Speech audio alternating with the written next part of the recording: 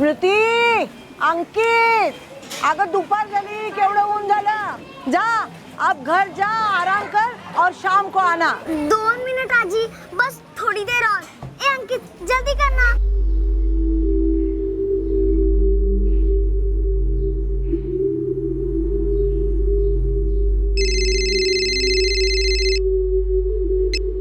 Hello.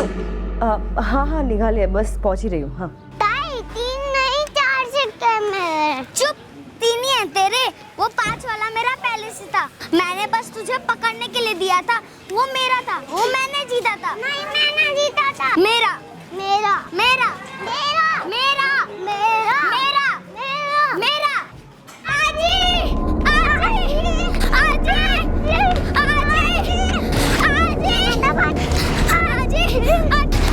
आजी. ईश्वरा सगळ्यांना सुखी ठेव रे बाबा. अरे अर्पिता, रविवार की दोपहर को कहाँ निकल पड़ी? आई वो कुछ काम निकला है, शाम तक लौट आऊंगी. अरे हाँ, पर जा कहाँ रही हो इतना तो बता सकती है ना. आई बोला ना काम है, शाम तक लौट आऊंगी. काय तू पण असं विचारते मला? आजी आजी आजी आई घर में गिर गई है. हाँ? बहुत खून बह रहा है और सांसें भी नहीं चल रही है. क्या बोल रही है बेटा? काय झालं नीट सांग ना, क्या हुआ है? मौसी, मुझे लगता है मर गई.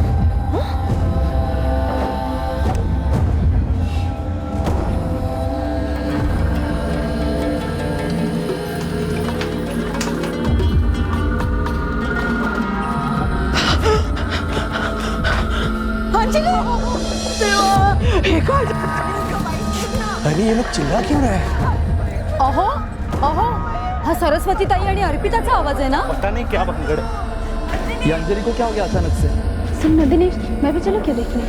नको, तू आ मत आ, मैं देखता हूँ. आई तसं नको बोलूस ग. अंजली उठ ना.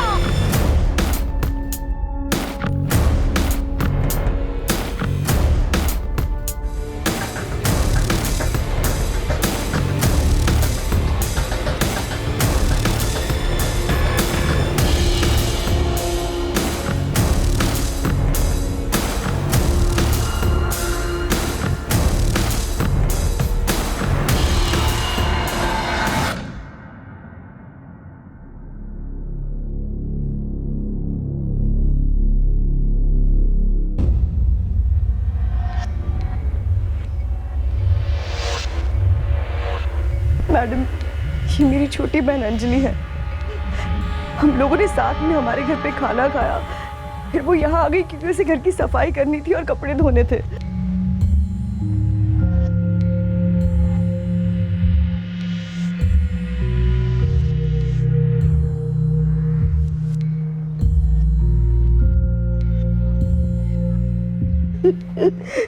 ये अंजलि के बच्चे हैं, श्रुति और अंकित. ये हमारे यहाँ पे खेल रहे थे. यहाँ पे आने के लिए निकली और 5 मिनट में चिल्लाते हुए लौटे कि हाँ जी आई मर गई है. यहाँ के देखा तो सच में अंजलि. नहीं साहब, एक चीख भी सुनाई नहीं दी, कुछ भी नहीं. तुम तो यहीं बगल वाले घर में रहते हो ना? जी साहब, मैं टैक्सी चलाता हूँ और इतवार को सिर्फ आधा दिन, इसीलिए टैक्सी लगाकर मैं सुस्ता रहा था. लेकिन मैंने भी अंजलि के चीखने चिल्लाने की आवाज़ नहीं सुनी. साहब मैं भी बगल में ही रहता हूँ, लेकिन अंजलि बहनी की एक भी चूचा नहीं सुनी, कुछ भी नहीं. और साहब हमारे यहाँ ना अगर घर में कोई ऊंचा बोलता भी है तो सारे मोहल्ले में पता चलता है. घर में कोई फोर्स एंट्री तो नहीं लग रही सर? दरवाजे से काफी अंदर तक आया था कातिल. जान पहचान वाला ही रहा होगा. सर हथियार कहीं दिखाई नहीं दे रहा. कातिल शायद अपने साथ ले गया हो. और इस मोहल्ले में किसी ने एक आवाज तक नहीं सुनी, ना ही किसी को भागते हुए देखा.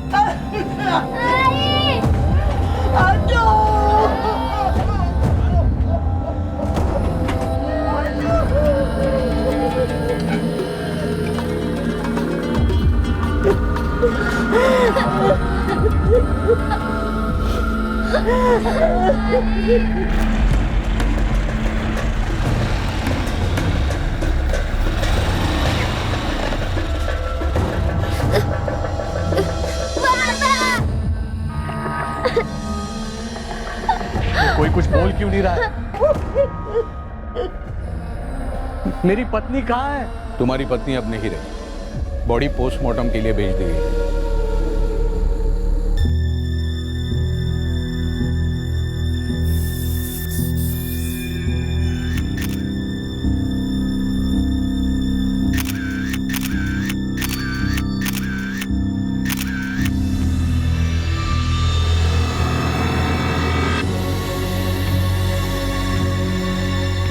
सुनो सुरेश, तुरंत फोटोग्राफर को बुलवाओ। ये अहम सुराग हो सकता है इन्वेस्टिगेशन के लिए।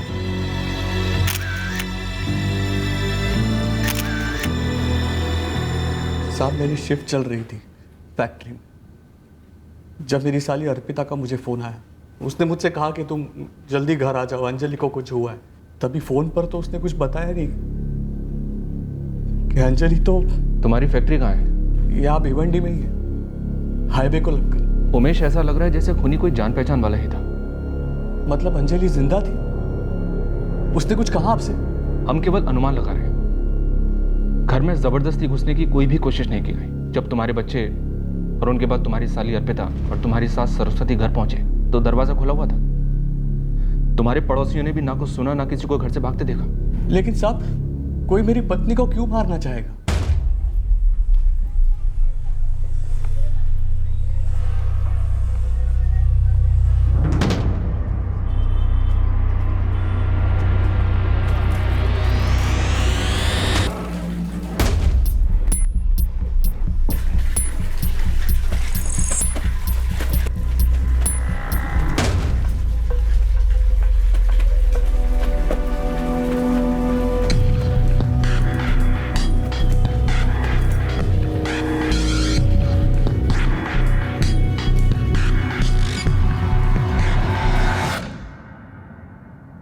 अंकित, श्रुति, तुमने तुम्हारे घर से किसी को आते या जाते हुए देखा? अच्छा, घर का दरवाजा खुला था जब तुम आज जी के घर से आए? मेरा मेरा मेरा मेरा एक बात बताओ बेटा, तुम घर के अंदर गई, तुमने देखा आई जमीन पर पड़ी है और आसपास ढेर सारा खून। तुमने किसी को खिड़की से या दरवाजे से भागते हुए देखा? वो तेरा नहीं था, वो मेरा था। नहीं, मेरा था। अरे नहीं।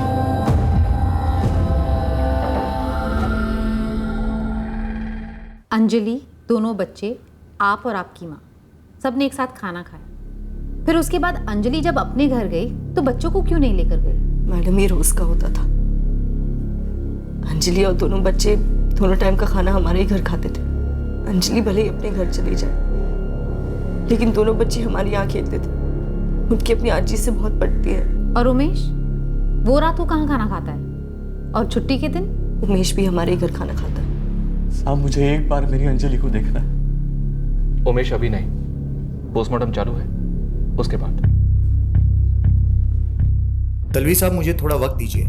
मेरे हाथ कुछ लगा है जो इस मर्डर केस की इन्वेस्टिगेशन में अहम सुराग हो सकता है। क्या मिला है रमेश? बाल के कई सारे स्ट्रैंड्स मिले जो शायद किसी मेल के हैं। मैं एनालिसिस करके आपको कॉल करता हूं। गलाइच काटा था, देखा? लेकिन ऐसे कैसे? अंजलि चिल्लाई क्यों नहीं? मुझे लगता है ना किसी ने पीछे से वार किया होगा, मुंह दबाकर। वो फिल्मों में दिखाते ना वैसा। हाँ, लेकिन कोई आदमी अंदर तक पहुंचा कैसे? अंजलि ने उसके लिए दरवाजा खोला ना, मतलब जान पहचान वाला ही होगा कोई। उस बेचारे को डाउट भी नहीं आया होगा कि वो कुछ ऐसा भी करेगा।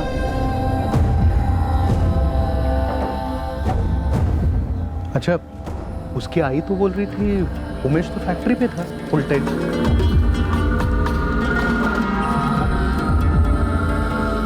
नो, कोई सेक्सुअल असॉल्ट नहीं है।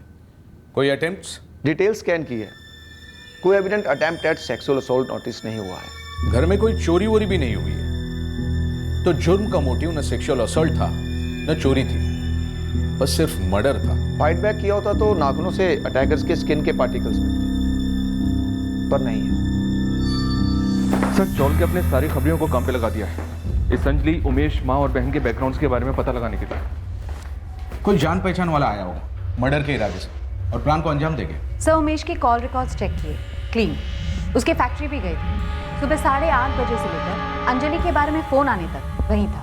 शायद किसी पहचान वाले को भेजा गया होगा, कोई जान पहचान वाला जिसके लिए अंजलि ने दरवाजा खोला, जिसके अटैक पर कोई फाइट बैक नहीं हुआ, नहीं चिल्लाई, नो रिएक्शन टाइम एंड पल भर में डन। शायद किसी को पता था अंजलि घर पर अकेली लौटी है, बच्चे नहीं है उसके साथ।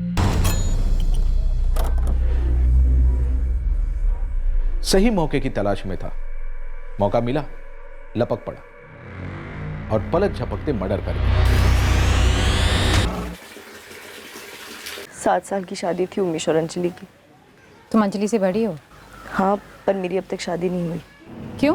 आपकी हुई है। मेरी बहन का कत्ल नहीं हुआ है। तो पता कीजिए कि क्यों हुआ है और किसने किया है। मेरी शादी को रहने दीजिए। झगड़े होते थे उमेश और अंजलि के बीच में? कोई माजरा था? हाँ, उमेश का एक मांझा था। दूसरी औरत? नहीं, वो चाहता था कि उसकी पत्नी एक पक्की गृहिणी हो। मतलब ये कि वो अपने घर की जिम्मेदारी ले, खुद घर संभाले, अपनी रसोई में खाना बनाए। खाने को लेकर उनका हमेशा 36 का आंकड़ा रहता था। मेरी संडे की छुट्टी थी और मेरी मंगेतर नम्रता, उसकी भी छुट्टी थी। वो आ गई घर, हम टीवी देख रहे थे। प्रोग्राम तो याद नहीं होगा तुम्हें? और तुम? साहब मैं नहा रहा था। अच्छा, तुम दोनों एक बात बताओ, ये जो अंजलि का पति है उमेश साने, क्या इसने मरवाया होगा अंजलि को?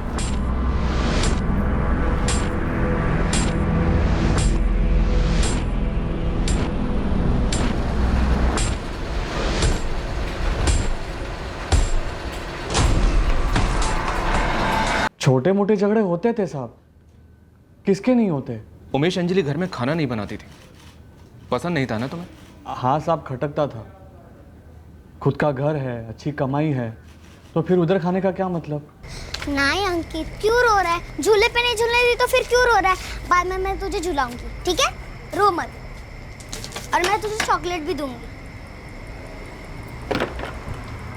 अरे आप घर पर ही थे तो खाना खाने क्यों नहीं आए? मुझे घर का खाना अच्छा लगता है, अपने घर का। अरे बोझ क्या बोल रहे हो आप? और भाजी भीजी तो मैं ही खरीद के देती हूँ ना।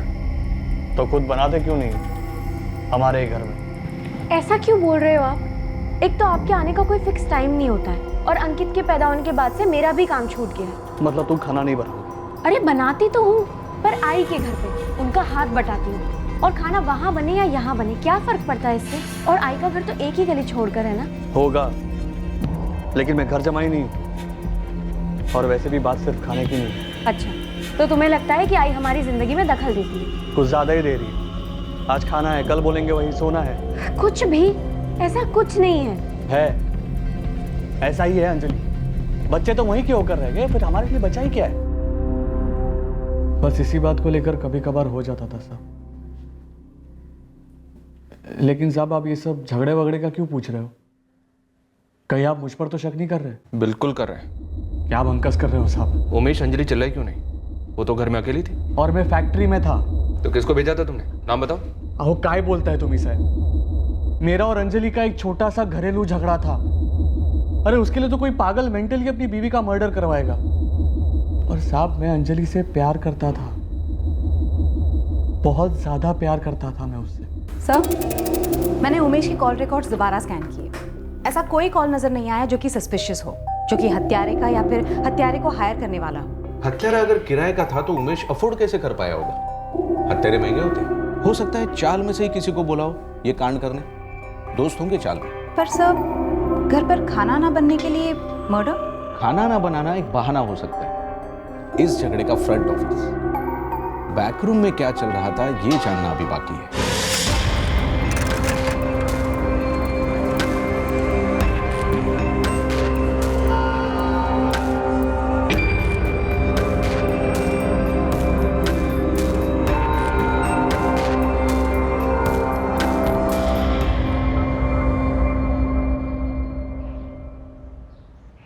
बेटा अंकित, खा लो। ये वक्त हम सबके लिए बहुत मुश्किल है। श्रुति, तुम पहले शुरुआत करो।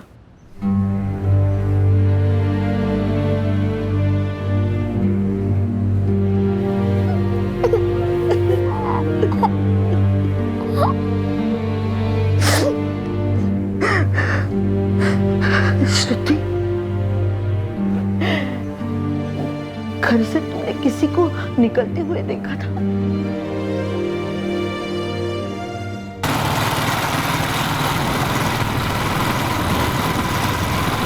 ये कोई ऐसा आदमी है जिसके सफेद बाल हैं। घर पे कई सफेद बाल मिले हैं। आपको जमीन पर मिला, लाश के पास?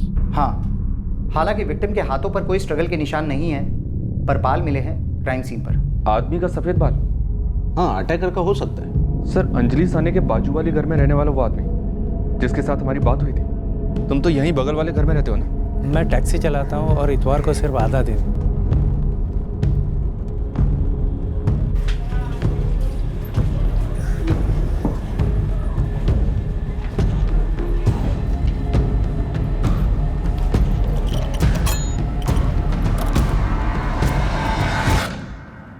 क्राइम सीन से हमें जो बाल मिले वो तुम्हारे बालों के साथ मैच करते हैं घनश्याम प्रजापति। उस इतवार को तुम 1:45 पर घर लौटे। अंजलि भी उसी वक्त लौटी। इत्तेफाक है? अंजलि तुम्हारे बाजू वाले घर में रहती थी, फिर भी तुम दोनों के बीच लगभग हर रोज फोन पर एक बार बात होती थी। साहब वो मेरी बेटी जैसी थी। बेटी जैसी थी तो मार क्यों डाला? नहीं, मैंने नहीं मारा उसे साहब। मैं तो काम से लौटा, घर गया और मुझे मालूम ही नहीं था कि अंजलि उस वक्त घर पे ही थी। घनश्याम, तुम्हारा सफेद बाल लाश के पास मिला। तुम्हारी अंजलि से फोन पर दिन में कम से कम एक बार बात होती ही थी। अब फटाफट बोलना शुरू कर दो, मर्डर का कारण क्या था, वरना तुम्हारे सफेद बालों का लिहाज नहीं रखा जाएगा। बोलो, क्यों मारा?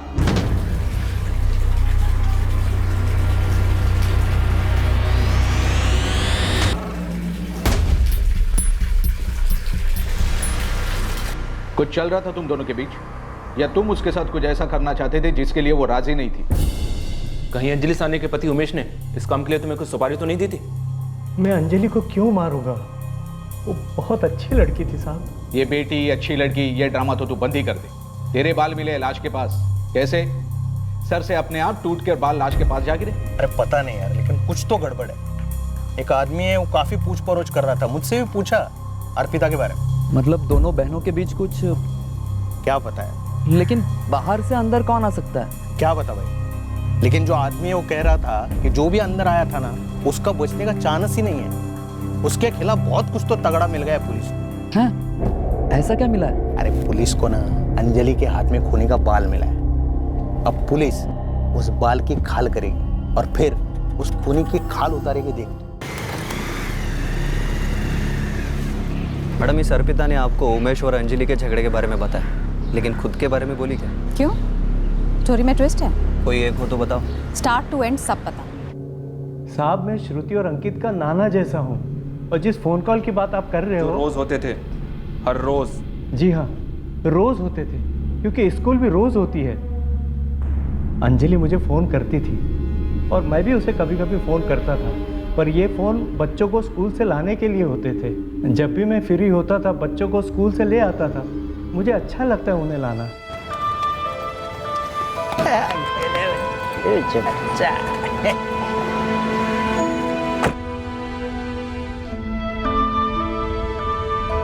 चलो माना कि फोन कॉल्स बच्चों को लेकर होते थे, लेकिन बाल, तुम्हारे बाल लाश के पास कैसे पहुंचे? किसी ने साजिश की तुम्हारे खिलाफ?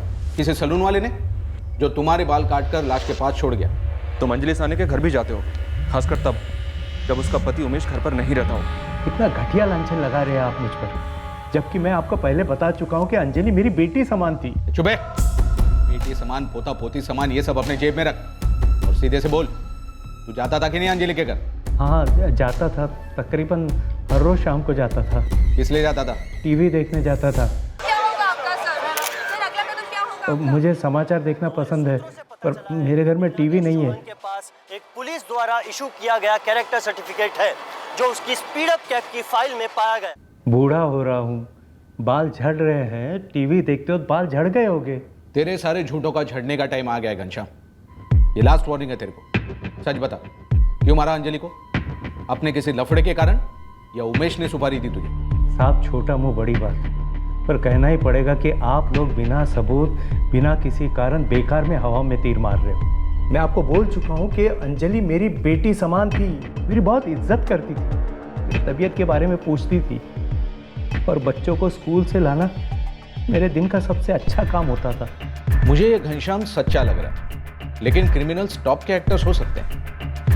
अनिता, तुम एक काम करो, बच्चों से बात करो और इस घनश्याम का स्टेटमेंट क्रॉस चेक करो। जी सर। एक और बात सर, अर्पिता के बारे में कुछ हाथ लगा है, काम का हो सकता है। दो बहनों के बीच झगड़ा? लग तो ऐसे ही रहा है। चंदन नाम है उसका, चंदन कामले। अर्पिता, हम चंदन कामले को उठवाने वाले हैं। क्या? हाँ, तो उससे पता करें या तुम खुद ही बताओगे कि क्या छुपा रहे हो तुम लोग?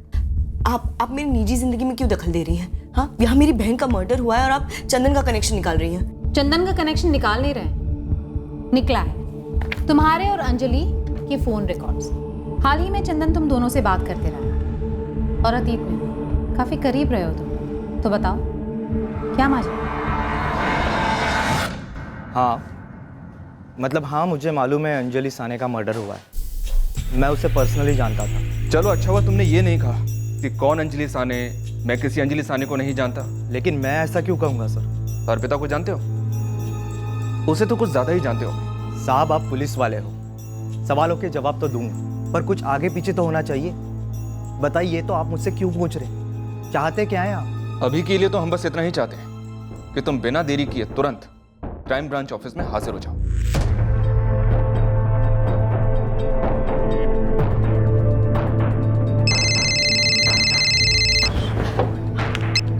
हाँ बोल। तू निकली नहीं थी अभी तक?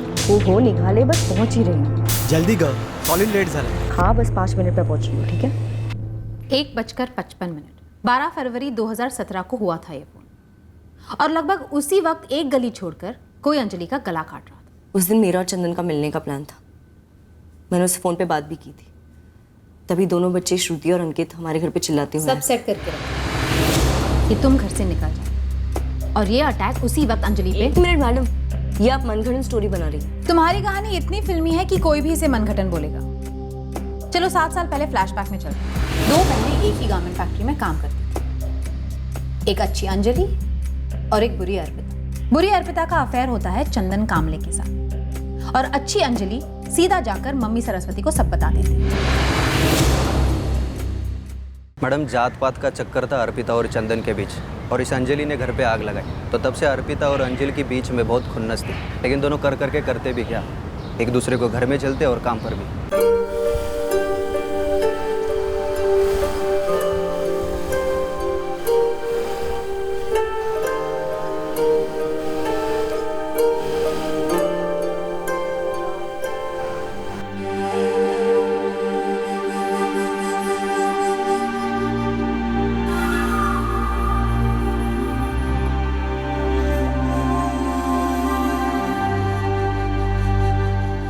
अर्पिता की आई हमारे खिलाफ थी।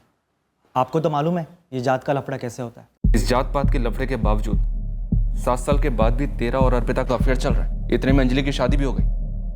उसके बावजूद वो तेरे साथ फोन पर टच में थी। सब अंजलि भी उसी फैक्ट्री में काम करती थी जहां पर मैं सुपरवाइजर था, कपड़ों की फैक्ट्री। पर वो तो 7 साल पहले था ना। इस बीच फैक्ट्री में कई लड़कियां आई गई होंगी जॉब पर, तो क्या सबके साथ फोन पर टच में है तू?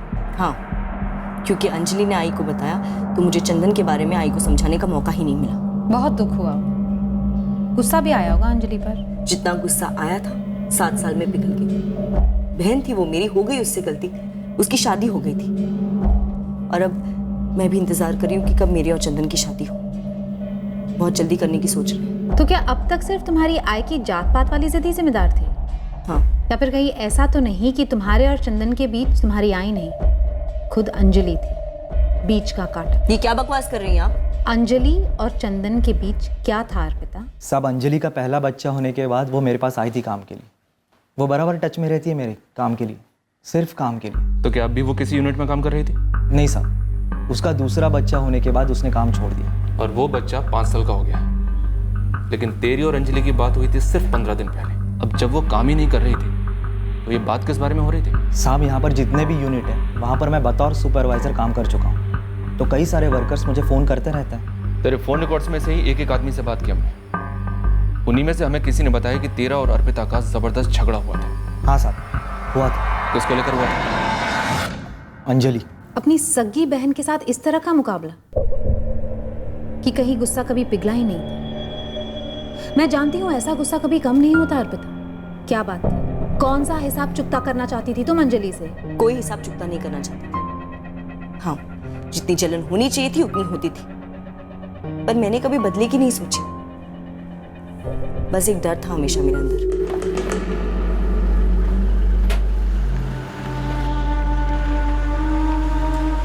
अंजलि को फिर से नौकरी दिलाने की क्या जरूरत थी चंदन? ये क्या बोल रही है तू अर्पिता? वो बहन है तेरी, घर खर्च के लिए तो पैसे कमाना चाहती है, और अभी तो उसको बच्चा हुआ है। तो तू मसीहा बन के टपक गया उसकी जिंदगी में। इतना क्यों प्यार आ रहा है तुझे उस पे? बकवास मत कर, समझी ना? चंदन सच बता, मेरी पीठ पीछे क्या गुल खिला रहे हो तुम दोनों? येड़े जैसी बात मत कर, समझी ना? एक तो तू मेरे पे शक कर रही है, उसके ऊपर तो अपने बहन पर भी शक कर रही है। तेरा दिल क्यों इतना बड़ा हो रहा है उस अंजलि के लिए? क्यों तू उस पे मेहरबान हो रहा है? आई तो पहले से ही उस पे मेहरबान। शांत हो जा। देख, मैं तेरे सर की कसम खाकर बोलता हूँ, मेरे और अंजलि के बीच में कुछ नहीं है। अरे मेरे लिए बस तू है, सिर्फ तू। अब ये राग मत दो मुझे कि चंदन ने सर पे हाथ क्या रख दिया, एक कसम क्या खाए, तुम सीधा जलन खाओ से लेकर संत बन गए। मैं ना संत हूँ ना जलन खाऊं, मैं बस आप ही की तरह एक साधारण औरत हूँ। हाँ, मुझे अंजलि पे बहुत गुस्सा आया था जब उसने आई को मेरे और चंदन के बारे में बताया, और चंदन भी उसकी जी तोड़ मदद किए जा रहा था। बस यही गुस्सा था मेरे अंदर। पर टाइम के साथ सब कुछ बदल गया, खास करके अंकित के आने के बाद। मैडम, हमारे बीच में कोई मसला नहीं था और मैंने नहीं मारा मेरी बहन को। दो बहनों के बीच जलन हो सकती है, गुस्सा हो सकता है, पर जरूरी नहीं कि वो गुस्सा जान लेकर ही खत्म। संडे को अर्पिता मंडे को अंजलि से मिल रहा होगा तो इस बात से हमें कोई फर्क नहीं पड़ता।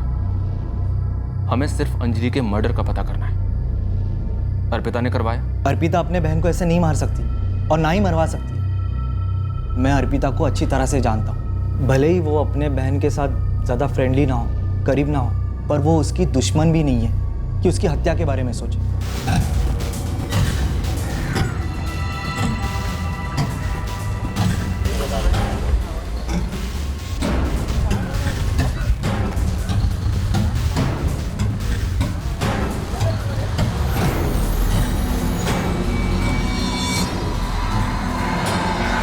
24 घंटे अपने रडार पर रहने चाहिए। यह नामुमकिन है कि कोई एक गलती नहीं करेगा और एक क्लू मिला, पूरा केस अपने हाथ में आ जाएगा।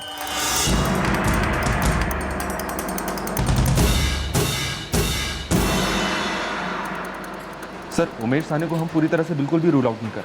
हो सकता है कि उसने चंदन और अपनी बीवी अंजलि के बीच कुछ भाप लिया और किसी को भेज दिया अंजलि को मारने के लिए। घनश्याम प्रजापति भी स्ट्रॉन्ग सस्पेक्ट है अपने, हालांकि उसने एकदम इमोशनल कहानी बताई है। सर, मेरी दोनों बच्चों से बात हुई, वो कह रहे थे कि घनश्याम उन्हें स्कूल से लेने आता था। ये पार्ट तो सच है। जरूरी नहीं एक पार्ट सच है तो दूसरा भी सच होगा। घनश्याम अंजलि के घर सिर्फ टीवी देखने जाता था, शायद कभी हद पार कर गया। सच्चाई यह है, अंजलि चिल्लाई नहीं जब उस पर अटैक हुआ। एक बात तो है, मारने वाला जान पहचान का था। क्लीन चिट किसी को नहीं मिली थी। सारे सस्पेक्ट्स हमारे रडार पर थे। घनश्याम प्रजापति, अंजलि का पति उमेश साने, उसकी बहन अर्पिता, अर्पिता का बॉयफ्रेंड चंदन, शक की सुई सभी पर बराबर घूम रही थी, लेकिन यकीन का सुराग किसी के बारे में नहीं मिल रहा था। लेकिन इसके बावजूद केस क्रैक हुआ। एक कहावत ने हमारी मदद की, चोर की दाढ़ी में तिनका, और साथ ही एक ऐसी दिशा से केस क्लोज हुआ जो उस वक्त हमारी सोच के बाहर था।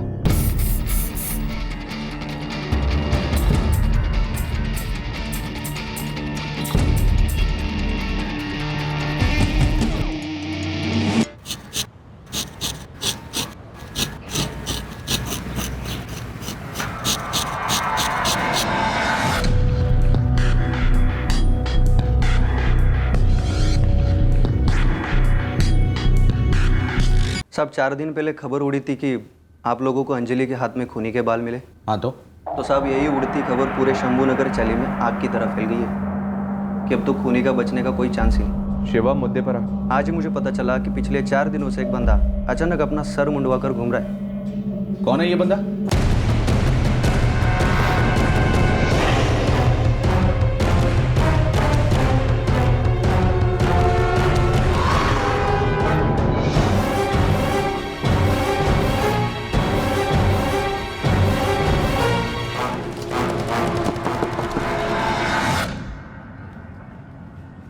जी, तेरा भाई पंकज किधर है? अंदर है साहब। बुलाओ उसको। पंकज जी। अरे पंकज, तू तो टकला हो गया। हाँ साहब, वो डैंड्रफ का प्रॉब्लम है इसीलिए। एकदम से अचानक हुआ ये डैंड्रफ का प्रॉब्लम? नहीं साहब, काफ़ी टाइम से कोई ट्रीटमेंट कुछ काम ही नहीं कर रहा था, इसलिए सोचा एक बार मुंडवा लूँ। पता नहीं क्या हुआ था साहब उसको, लेकिन हिला हुआ। पहले बोला छोटे कर दो। मिलिट्री कट से पे आधा कट मारो, पूरा मशीन।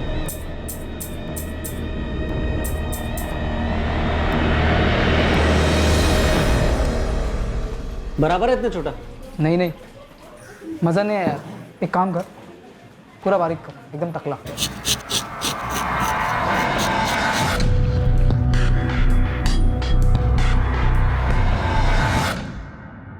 डैंड्रफ वो बहुत बढ़ गया था, इसीलिए टकला करने के अलावा और कोई चारा ही नहीं था। तू ना रहा था ना? क्या क्या साहब? अबे संडे की दोपहर को जब अंजलि साने का मर्डर हुआ था तेरी चौल में, तूने कहा था ना कि तू ना रहा था, भूल गया? नहीं नहीं साहब, भूला नहीं, मैं नहा ही रहा था। मैडम हम लोग अभी अभी कोल्हापुर से आए हैं और आते ही अंजलि के बारे में सुना। आपका बड़ा बेटा दिनेश बता रहा था कि आपका छोटा बेटा पंकज आपके साथ नहीं, आपकी बेटी और दामाद के साथ चेंबूर में रहता है। जी सच है। तो 12 फरवरी को पंकज यहाँ क्यों आया था, जिस दिन अंजलि का कत्ल हुआ था? ऐसे ही मिलने। और अलग क्यों रहता है? अंजलि के बारे में सुन के हमें धक्का लगा है। लेकिन ये मेरे सवाल का जवाब नहीं है। 12 फरवरी को पंकज यहाँ क्यों आया था और वो आप लोगों के साथ क्यों नहीं रहता? तेरे बहन से बात हुई, वो तो बोल रही थी उस इतवार को तू सुबह सुबह नहा कर निकला था अपने माँ बाप के घर आने के लिए, यहाँ आकर फिर नहाया। गर्मी कुछ ज्यादा लग रही थी या कुछ ज्यादा मैला हो गया था, या दोनों? दोनों भी नहीं साहब, वो डैंड्रफ के कारण बहुत खुजली हो रही थी, इसीलिए शैम्पू लगाकर दोबारा नहाया। लेकिन यहाँ तो शैम्पू वैम्पू जैसी कोई चीज़ मिलती नहीं, और पानी तो मांगने से भी नहीं मिलता एक बूंद। हाँ धुलाई जरूर होती है जम के, बस थोड़ी देर में शुरू हो जाएगी। पंकज तुझे पता है हमारे देश के कानून में ना एक धारा है IPC 201, सबूत मिटाने के लिए। जब तुझे पता चला कि हमें अंजलि की लाश के पास कातिल के बाल मिले तो तेरी फट गई। क्यों फटी? क्योंकि कातिल तू है और डर के मारे तूने अपना सर मुंडवा लिया। यार तूने तो हमारा सारा एविडेंस ही खत्म कर दिया यार। सर खूनी यही है, इसकी और अंजलि की टेंशन वाली हिस्ट्री रही। अब उस दिन ये अंजलि को मारने के इरादे से आया था या किसी और इरादे से, वो तो ये खुद ही बताएगा। उसकी हरकतों की वजह से हमने हमारी बड़ी बेटी और दामाद के पास रहने भेजा चेंबूर। वो यहाँ हमारा नाम खराब कर रहा था और हम नहीं चाहते थे कि और खराब करे। ऐसा क्या किया था पंकज ने?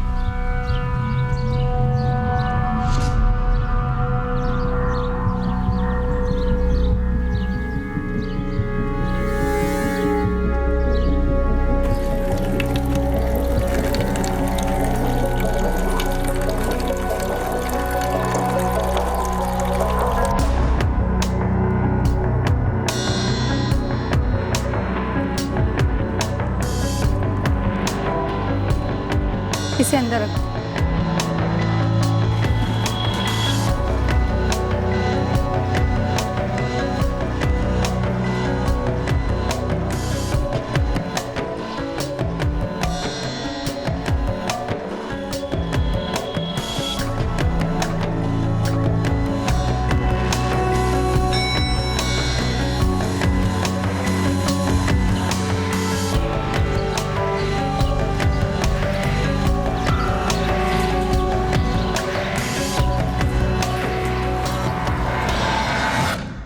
मुझे उसकी तरफ फीलिंग्स थी। वासना, वासना बोलते उस फीलिंग को, और तेरी हरकत को विकृति। तो हर दूसरी औरत को वासना हवस की नजर से देखता है।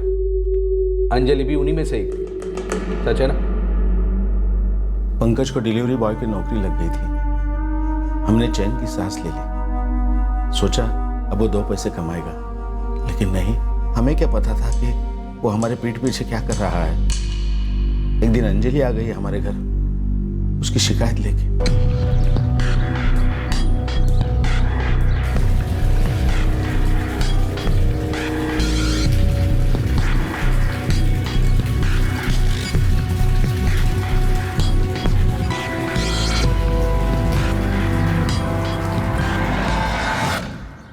चला, तभी मैं सोचूं कि मैं बार बार कांच को बंद करती हूँ और इसे खोल कौन देता है।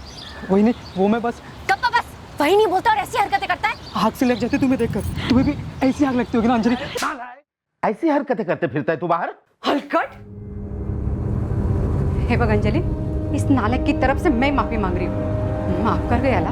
कशाला काकी, आप क्यों शर्मिंदा हो रही हैं? ये तो हमेशा ऐसे ही करता है। जब मैं अंकित को अपनी गोदी में लेकर बैठती हूँ ना उसे खाना खिलाने या सुलाने के लिए, तभी उसे खिलाने के बहाने से मेरी गोदी से उठाता है। तब इसका हाथ कहाँ कहाँ लगता है, इसे लगता है कि मुझे कुछ समझ में नहीं आता है। और डेयरिंग देखो इसकी, मुझसे पूछता है कि तुम्हें भी मजा आता होगा ना? कहीं का देखो बेटी, इसकी तरफ से मैं तुम्हारी माफी मांगता हूँ। इसके बाद ऐसी शर्मनाक हरकत कभी नहीं होगी, न तुम्हारे साथ न किसी और लड़की के साथ। इसके बाद ये लड़का इस मोहल्ले में तुम्हें दिखेगा ही नहीं। मैं आप दोनों की बहुत इज्जत करती हूँ, इसीलिए इसको यहाँ लेकर आई हूँ। वरना अगर उमेश को बताती ना तो जबरदस्ती मारामारी हो जाती। नहीं। और अगर पुलिस स्टेशन गई तो सीधा इसको अंदर कर देंगे। मैंने आप दोनों का बहुत लिहाज रख लिया, लेकिन अब और अल्लाह माफ करा। तभी हमने उसे चेंबूर भेज दिया हमारी बड़ी बेटी और दामाद के साथ रहने। दिनेश, तुम्हें मालूम था ये सब? मालूम था, लेकिन उस दिन वो अंजलि वहीनी का कत्ल करने आया है, ये तो मैंने सपने में भी सोचा नहीं था। नहीं साहब, मैं उसका मर्डर करने के इरादे से नहीं लौटा था उस दिन चेंबूर से। मैं तो उसे मिलना चाहता था। मुझे लगता था उसे भी मेरी तरफ खिंचाव है, सेक्स का खिंचाव, बस वो बोलती नहीं थी। उस दिन मैंने देखा उसके घर का दरवाजा खुला था, बस एकदम से अचानक से तलब जाग उठी।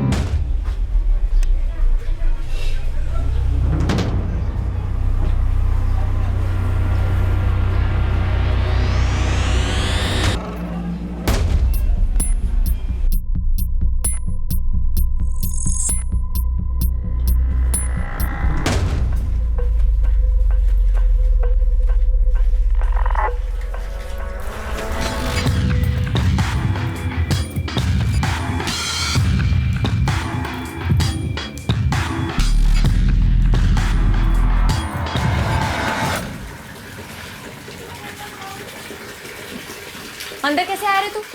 चल बाहर निकल। हिम्मत कैसे हुई तेरे मेरे घर के अंदर आने की? चुपचाप बाहर निकल। मुझे पता है तुम्हारा जो गुस्सा है ना ये ऊपर ऊपर वाला है, और अंदर से तुम भी मुझे उतना ही पसंद करती हो। आई बाबा है तेरे घर पे या सीधा पुलिस स्टेशन जाओ?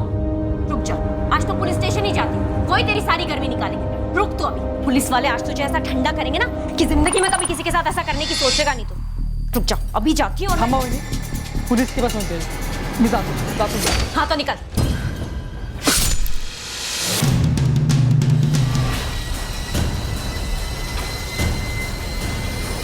सर,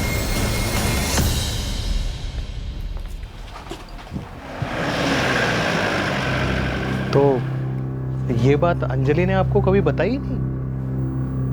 अंजलि ने हम सबको बता देना चाहिए था, पुलिस में शिकायत दर्ज करनी चाहिए थी।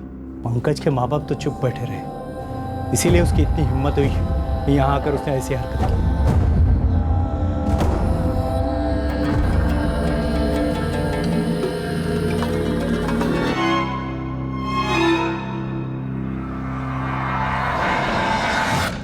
तो वो सफेद बाल वाकई घनश्याम का था जो टीवी देखते वक्त अंजलि के घर पे झड़ गया था। महज एक इत्तेफाक? पॉसिबिलिटी तो वही है। उसे एक इत्तेफाक से झड़े सफेद बाल ने मुजरिम की काली करतूत को सबके सामने ला दिया, वरना काफी मुश्किल होती इस केस की क्रैकिंग। शायद नामुमकिन होता, क्योंकि अंजलि ने सिर्फ और सिर्फ पंकज के माँ बाप को उसके पहले के हरकत के बारे में शिकायत की थी, और माँ बाप का अपने ही संतान को रिपोर्ट करने के चांसेस लगभग ना के बराबर होते। वो शिकायत एक मजबूत दस्तक थी पंकज के माँ बाप के लिए। तभी के तभी पंकज की काउंसलिंग की जाती या हमारे पास आए होते तो आज शायद अंजलि जिंदा होती। किसी जुर्म या मुजरिम को छुपाने से हुए नुकसान की भरपाई तो नहीं होती ना। जैसे ही किसी करीबी इंसान की फितरत एबनॉर्मलिटी के कगार पर दिखाई देती है, बिना संकोच, बिना समय गंवाए उस व्यक्ति का इलाज बेहद जरूरी है। एक दिमागी मर्ज को, जुर्म को जन्म देने का इंतजार ना करें। जुर्म वो बाढ़ है जो डुबोते वक्त अपने और परायों के बीच फर्क नहीं करती।